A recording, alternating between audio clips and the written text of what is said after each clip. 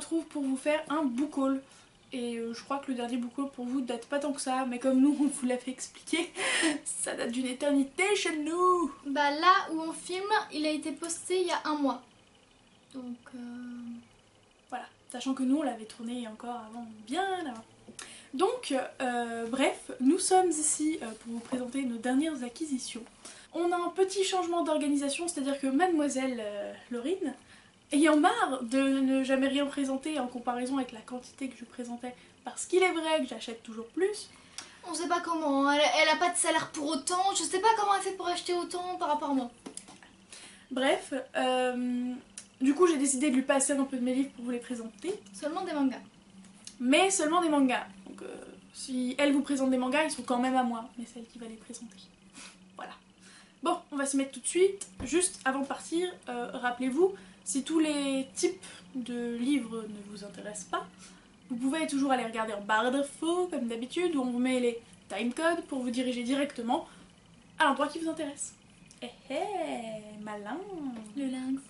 Petit malinx, le lynx. Oui, malin. Le lynx. Ouais, c'est ça.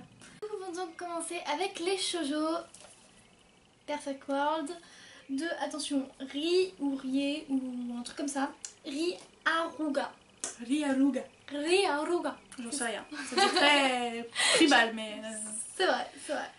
Donc aux éditions Akata.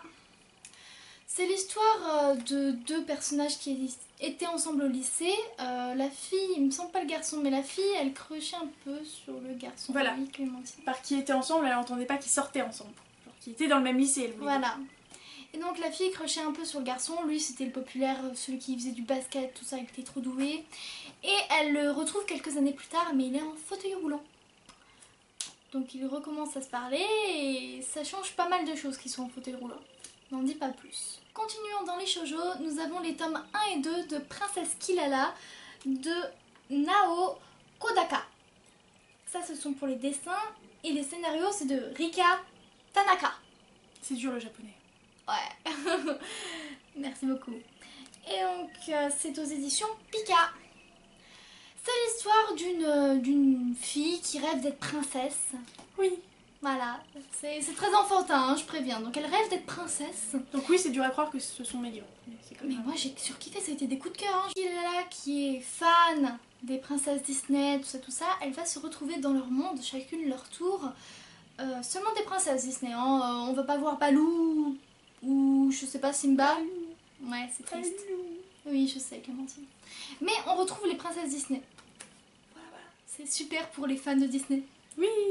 Qu'on aime le shoujo ou pas, enfin si, il faut quand même un peu aimer le shoujo parce que c'est un peu enfantin, mais qu'on aime le Disney et le La shoujo, niaiserie.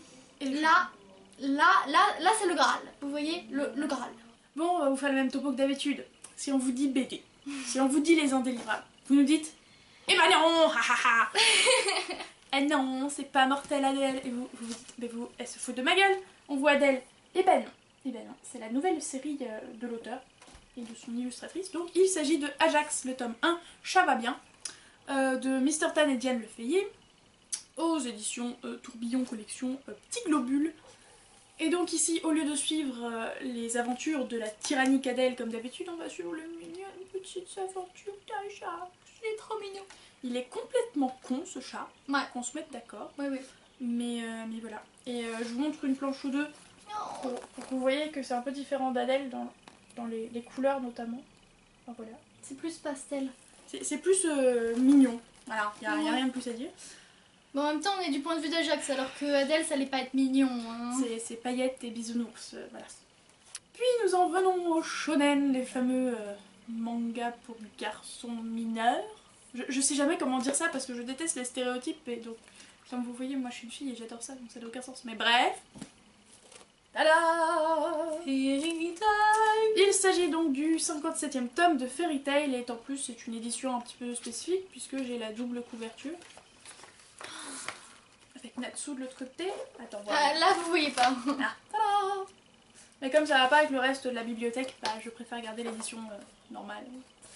L'autre partie de la couverture. Bref, tout ça pour dire que c'est le 57e tome de Hiro Mashima et chez Pika comme d'habitude. Et bah voilà, hein, on suit les mêmes personnages que d'habitude, donc une bande de mages dans une guilde qui tape sur la gueule des gens.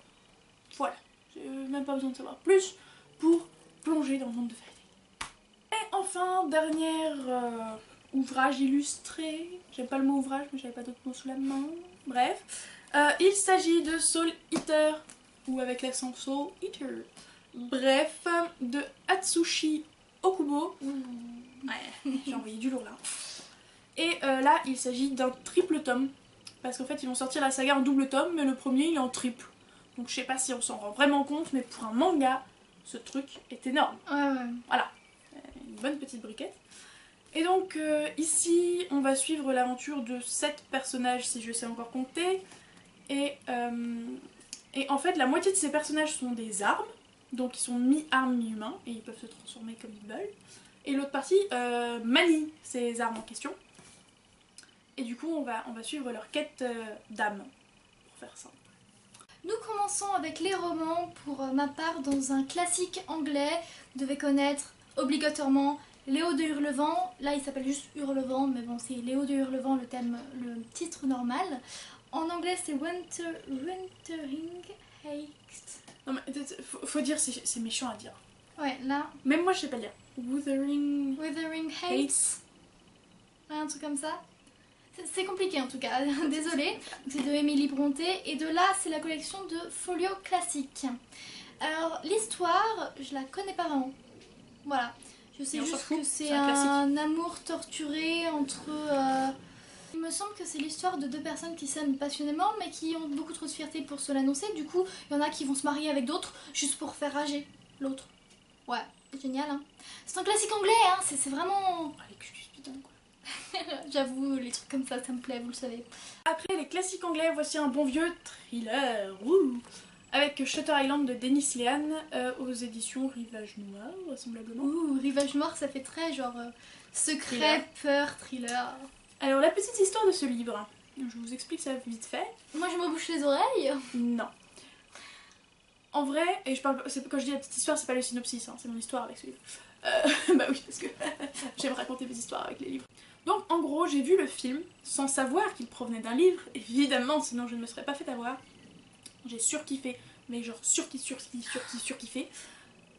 Et le problème, c'est comme il y a un retournement de situation de ouf à la fin, je me suis dit, je vais attendre d'oublier le retournement, et ensuite je m'achète le livre pour le lire. Et comme ça, boum, ça fait oufissime.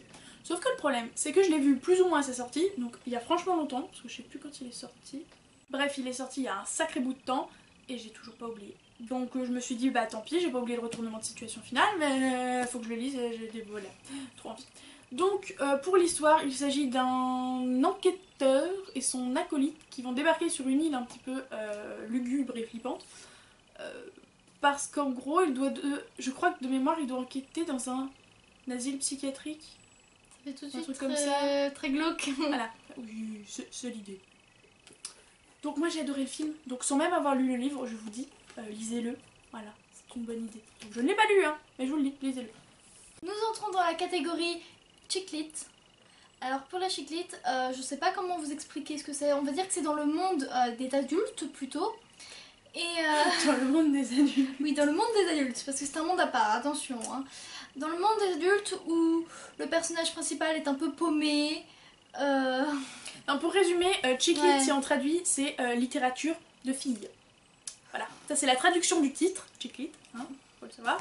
Et du coup, bah, on peut dire que c'est de la littérature de filles. Écoutez, voilà. Vous voyez Bridget Jones, bah, voilà. C'est la même chose, voilà, Bridget Jones. Alors pour l'histoire, ça c'est le 4e tome, parce que je vous présente pas les 3 premiers tomes parce que je les ai lus dans une intégrale que j'ai empruntée à la bibliothèque. Du coup vous verrez dans un update, mais je ne les présente pas. Donc ça c'est le 4e tome, et c'est l'histoire d'une ancienne Lolita Pop de la musique qui du coup ne fait plus de carton, donc elle a arrêté la musique, et elle travaille maintenant dans une résidence universitaire comme pionne un peu. Et en fait, dans son université, eh ben, il y a, comment dire, des meurtres qui sont déguisés en suicide ou accident ou des choses comme ça. Et donc c'est la seule à se dire, non, ça c'était pas un accident, je suis désolée, c'est un meurtre. Et elle enquête. Oui, elle enquête, toute seule. Oui, elle va certainement crever. Et alors? Elle a envie, laissez-la. C'est donc Une irrésistible envie de vérité de Meg Cabot aux éditions Le Livre de Poche. Passons à présent à la catégorie fantasy. Et si je vous dis fantasy, si je vous dis 1er juin, vous me dites... La passe miroir! C'est bien, vous suivez les actualités de littérature. Tada! Ah, c'est tellement beau. Donc, voici le 3e tome de la saga La Passe Miroir de Christelle Dabos. Il s'agit ici donc de la mémoire de Babel, qui, je suis trop forte et bel et bien vert. Elle avait Vous l'avez deviné. deviné. Elle avait parié vert, j'avais parié violet. Bon, entre autres, on s'est un peu fait aider de Christelle Labos, puisqu'on lui avait demandé si elle savait de quelle couleur serait le prochain, et elle nous a dit probablement d'une couleur froide, puisque la précédente était chaude. Voilà, Parce donc que- vous aussi, vous avez l'astuce maintenant, L'année prochaine, ce sera chaud. forcément. Donc moi, je parie sur un petit orange, Laurine aussi, du coup, j'hésite à parier rouge juste pour lui dire le contraire. Voilà. Bref, on ne sait pas encore prononcer, mais il paraît qu'on a le temps. Ah, donc pour la petite histoire, il s'agit donc d'un monde de fantasy, donc ça veut dire pouvoir magique, entre autres. Et on va suivre Ophélie, la maladroite et la timide Ophélie, qui est animiste, mais surtout qui est passe-miroir, du coup. Petit bug, pardon. Animiste, ça veut dire que ses émotions vont se transmettre aux objets du quotidien qu'elle côtoie. Et passe-miroir veut dire qu'elle traverse les miroirs et elle peut donc se téléporter d'un miroir à l'autre d'une certaine manière. Si la distance n'est pas trop longue. Oui, alors on va pas donner les détails non plus, on s'en fout. L'histoire est donc chamboulée quand Ophélie doit se marier au glacial Thor. Et doit donc se rendre sur l'arche glaciale, tout comme lui, de ce dernier. Tragique. Enjoy. En vrai, vous connaissez tous la passe miroir, vous n'avez pas besoin de... J'espère bien que vous connaissez tous. Si vous connaissez pas, vous achetez, vous lisez. Obligatoire.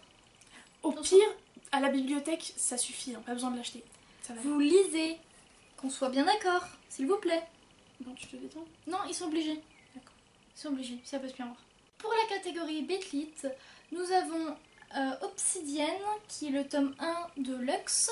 C'est de Jennifer L. Armentrout. Oui, je le dis super bien. Aux éditions... J'ai lu. Petite précision, Jennifer L. Armentrout, c'est celle qui... Écrit de la fesse. Oui, mais non. C'est celle qui écrit la série Jeux. Jeux de nanan, jeux de nanan, que j'adore. De la fesse. Oui, il y a de la fesse, mais c'est pas que de la fesse. Enfin bref, c'est du Bitlit, donc en gros c'est des romances, mais avec des personnages fantastiques. Voilà. Par exemple, Twilight, c'est du Bitlit. Voilà. Ah, je sais pas, c'est pas. Bon, il n'y a pas de vampire. Hein. Désolée.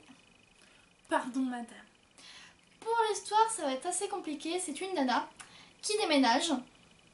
Et elle se... Et c'est tout. Voilà, elle déménage comme Anjay Arbar.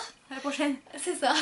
Donc elle déménage dans une toute petite ville et elle rencontre ses voisins que sa mère veut absolument elle faire rencontrer. Et elle découvre qu'ils ont des petits secrets.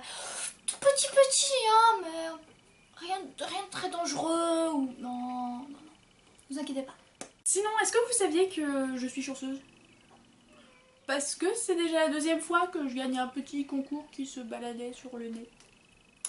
Donc j'ai gagné un concours J'ai lu, donc je remercie les éditions J'ai lu pour ce petit envoi, hein, n'est-ce pas? Donc il s'agit du dernier tome de la saga Les Loriens. Alléluia.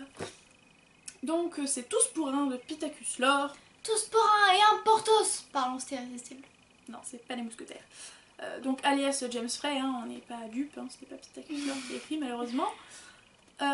Et donc ici on va suivre l'aventure des Gardanes qui sont des aliens. Mais de gentils aliens qui ont débarqué sur la Terre après que leur planète se soit fait exploser sa race. Et ils sont pas tout verts. Non, c'est pas tout. Et du coup, en gros, ils essayent en même temps de se protéger des vilains méchants pas beaux aliens qui leur ont détruit leur planète, et en même temps de protéger les humains de ces vilains méchants pas beaux qui leur ont détruit. Donc c'est le dernier tome d'une saga de 7 tomes, si je dis pas de bêtises. Quelque chose comme ça. C'est ça. Donc forcément, c'était le bouquin de la catégorie science-fiction. Pour la catégorie romance, young adulte, tout ça, bon, c'est moi qui présente. Hein, vous me Maintenant, on va l'appeler la catégorie Lorine presque. Hein. c'est trop ça. Nous avons Textrovert. Je sais pas vraiment comment on dit. Textroverte. Vu que c'est extroverti. Ouais, un truc comme ça. Textroverte, je pense. Donc c'est de Lindsay Summers aux éditions Michel Lafon. Ce livre-là, pour ceux qui sont sur Wattpad, vous l'avez forcément vu. parce que entre chaque chapitre de Wattpad, quand on passe les chapitres, et ben il y a la pub de ce livre qui nous dit « Hey, vous voulez l'acheter ?» Donc si vous êtes sur Wattpad, vous l'avez forcément vu et vous savez donc forcément de quoi ça parle. C'est une romance entre deux personnages qui ont échangé malencontreusement leur téléphone. Et du coup, bah, ils sont obligés de se contacter, de se parler, parce que bah, ils ont échangé leur téléphone, ils peuvent pas se les rendre pour une raison X ou Y. Et donc, ils doivent se transmettre les messages de l'autre. Genre, hey, ta mère, elle a appelé au fait. Genre ça, vous voyez. Du coup, ils sont obligés de se parler, et donc ça se barre un petit peu en romance. Oh, on se serait pas douté. Je sais. On la voyait pas venir du tout. Donc ça, c'est le nouveau joyau de Wattpad.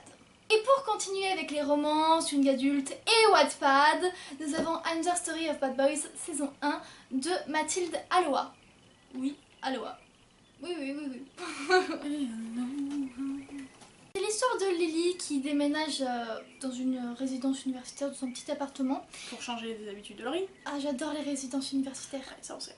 Non, c'est pas le lycée, c'est université. Enfin bref. Et en fait, il y a eu un problème administratif et elle se retrouve dans une chambre avec deux garçons. Hey! Enfin, un appartement avec deux garçons. C'était pas censé se passer comme ça, mais du coup, elle découvre Evan et Cameron qui sont deux personnages très intéressants. Et Cameron qui n'est pas très gentil, un peu mystérieux. Bon, vous savez comment ça va se dérouler, je crois que j'ai pas besoin de vous en dire plus. Voilà, donc ça se passe dans un appartement où ils sont colocataires. Pour répondre à votre question, oui, elle aime beaucoup aussi les histoires de colocataires. Et nous entrons à présent dans la catégorie indéterminée. On ne sait pas ce que c'est. Enfin, elle sait pas ce que c'est. Ce sont 3 livres à moi. Il y en a 2 que j'ai lus, je sais toujours pas où je les mets. Et je l'ai pas lu et j'ai oublié le synopsis. Du coup, je sais pas où le mettre. Mais j'ai super envie de le lire quand même. Et on va d'ailleurs commencer avec celui-là. Du coup, elle peut rien vous dire dessus, vu qu'elle sait pas de quoi ça parle. Si, je peux vous dire un truc. Ah. Alors, il s'agit de Maya, le tome 1 de la saga Les 7 Sœurs de Lucinda Riley, aux éditions Point, si je dis pas de conneries. Oui, c'est ça. Aux éditions Point, et si je ne dis pas de bêtises, il s'agit d'une histoire à propos de... Ah, 7 Sœurs, vous l'aviez vous aussi. Hein. Et il se trouve que je crois que c'est relié à de la mythologie. J'aurais tendance à dire grec, mais je suis pas sûre de moi du tout, d'autant plus qu'elle s'appelle Maya, alors je suis pas sûre que ça soit de la mythologie grecque.